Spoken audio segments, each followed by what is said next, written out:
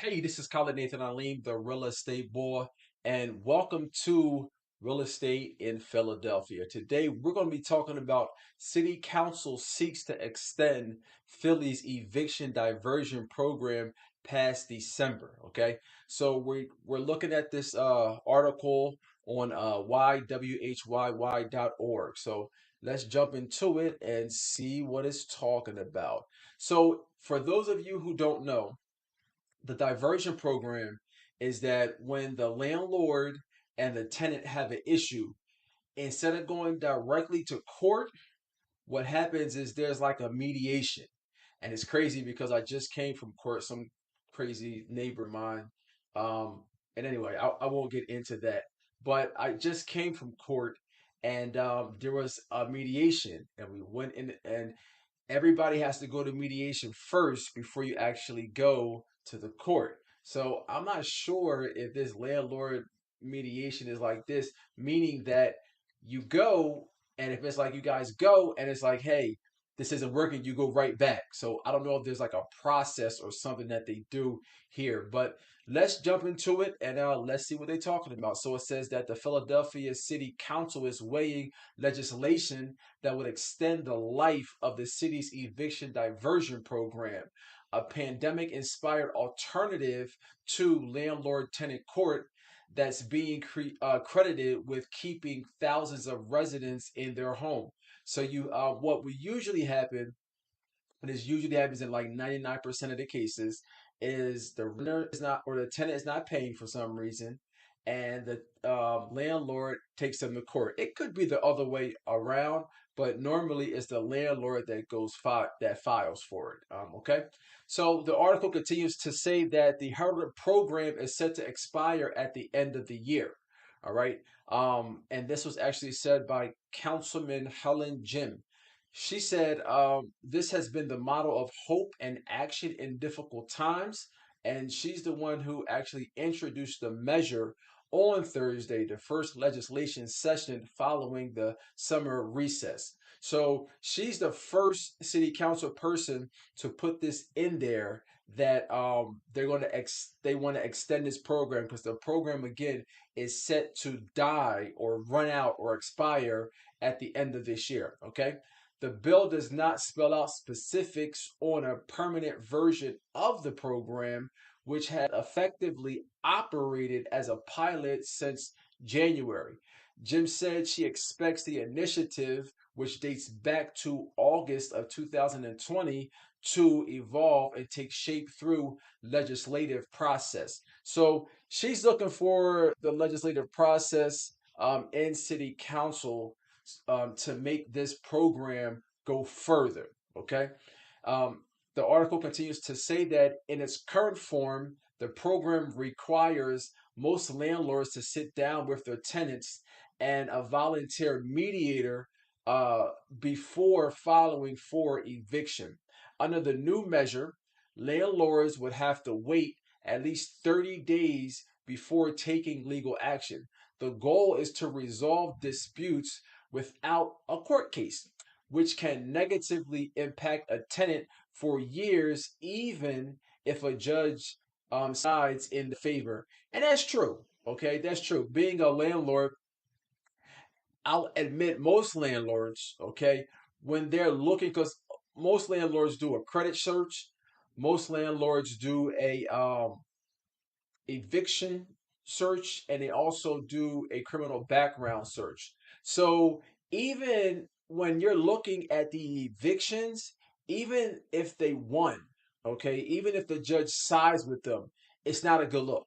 Okay, it's definitely not a good look, because it's like it's smoke. And it's like, okay, and being a landlord, you kind of don't want to deal with that. Okay. So I understand what they're talking about here as far as is negatively impact. And a lot of times when you have issues, it's from a misunderstanding. Okay. It's from a misunderstanding. Somebody misunderstood something. All right. But I don't know how that happens in this case, because either you're paying or you're not. Okay. So the landlord is trying to evict the person most of the time because they're not paying. Okay. All right. It says in most cases, That's been accomplished with emergency rental assistance dollars from the state and federal government. Other cases have been resolved after a landlord has agreed to extend a deadline or be paid in a series of installments. Okay, that's a little bit fudged a little bit, okay, because I guess it's acting like, okay, the landlord, they're kind of settling for payments or installments. The thing about being a landlord that I understand is that tenants usually never get better.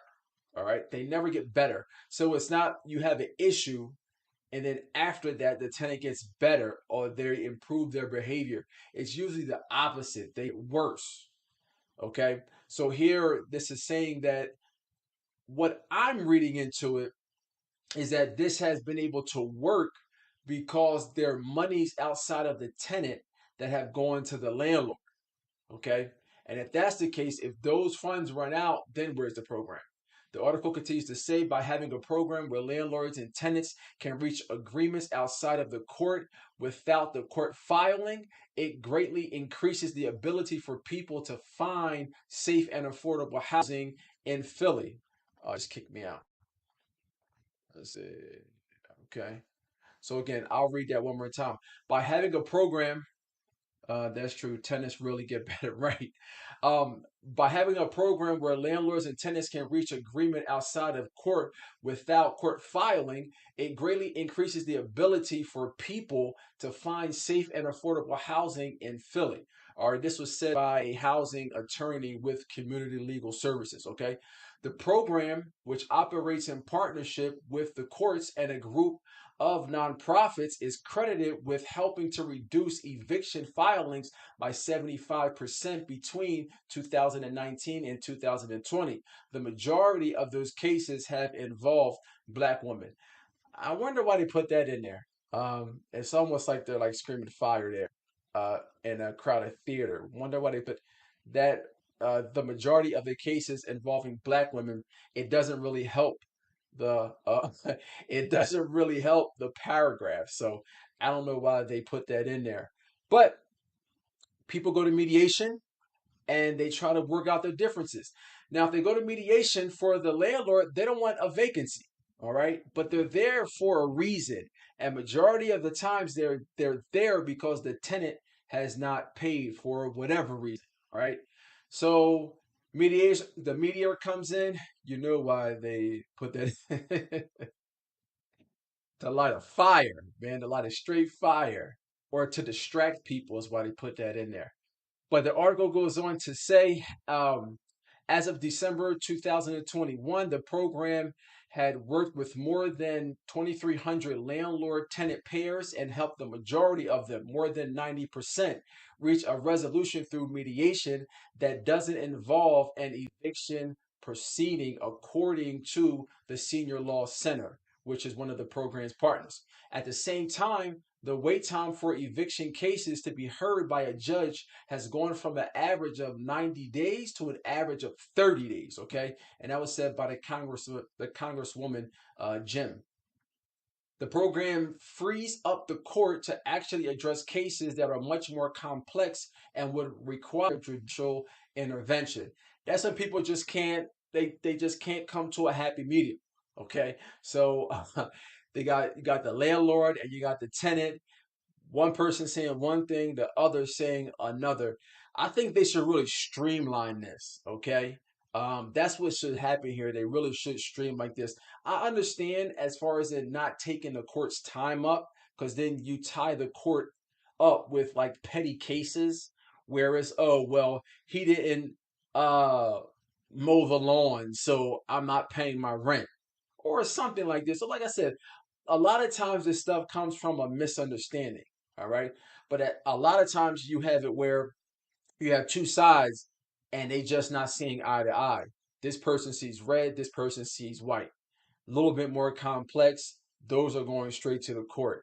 But you got people with petty differences, they get in front of the mediator, and the mediator talks it out. And I like to think that tenants want a lot of them, not all of them, but tenants understand they're living in somebody else's property and they should pay. but there may have been a mix-up or a misunderstanding, but they weren't talking. The mediator opens up the lines of communication, and now they're able to talk and kind of talk it out. So the Congresswoman Jim, she hopes that the bill gets a hearing sometime in October. All right, so we'll see. We're in what? We're in September now, so October is next month. So we'll see. Um, what I'll do is I'll add some landlords that have actually been through this process to get their account of exactly what happened. My personal feeling is that the federal government money was probably helping, and now, without the federal government money, that money has to come from somewhere, and the tenants are already there because they haven't paid for the most part. So while they're going to start paying, it's going to get dicey. I really feel like it's going to get dicey. So listen, if you're in Philadelphia, you're looking to buy a home, sell a home, or invest in real estate, I got you. All right, guys, I'll see you next week. Take care.